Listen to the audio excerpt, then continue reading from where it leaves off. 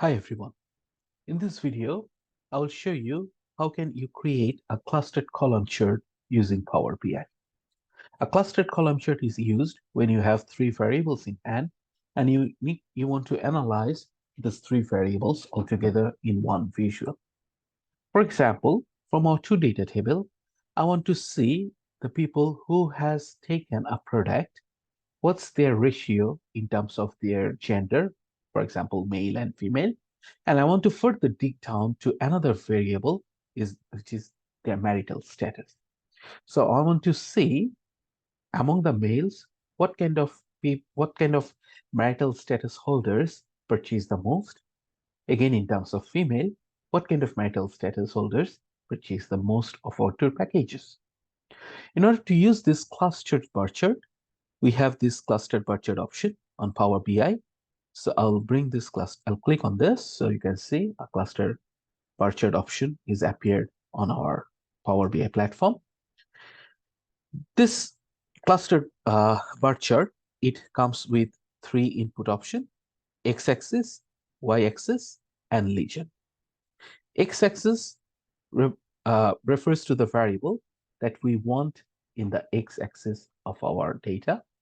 Y-axis refers to the variable that we want in the y-axis. And finally, legend refers to the variable that we want as a legend.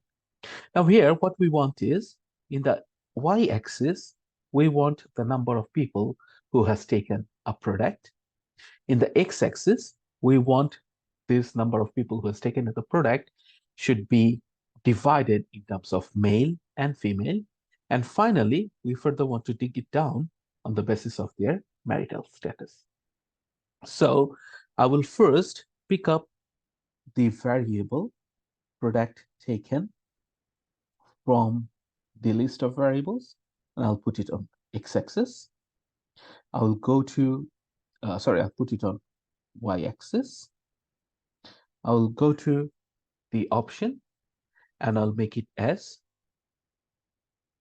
sum of product taken. So sum of product taken means it will calculate how many people has taken a product. Remember, we used 1 to indicate whether a person has taken a product, whereas we use 0 to indicate the person has not taken a product. So if you're calculating the sum, that means if we are adding all ones together, it will give us the number of people who has taken a product. Now we further want to divide this number of people who has taken a product in terms of their gender. So we'll select the gender variable from the list and we'll put gender in the x-axis. And you can see now Power BI has divided the number of people who has taken a product on the basis of male and female. And clearly we can see that male has taken more products compared to females. We further want to investigate this ratio of product takers on the basis of their marital status. So we'll select the variable marital status and we'll put it in the legend. And we can see Power BI is now coming up with this stuck bar chart where we have the male category criteria. We have divorced, married, single, and unmarried. Similarly, in the female criteria, we have divorced, married, single, and unmarried. Now, the important part over here is how do you interpret this chart? So what we can see from here, and it's clearly visible through this chart that, of course, the male customers has taken more products from our two data compared to female customers.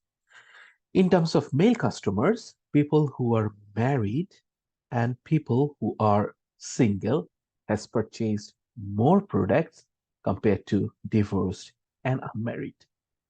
In terms of female, again, we can see married and single people purchased more compared to divorced and unmarried.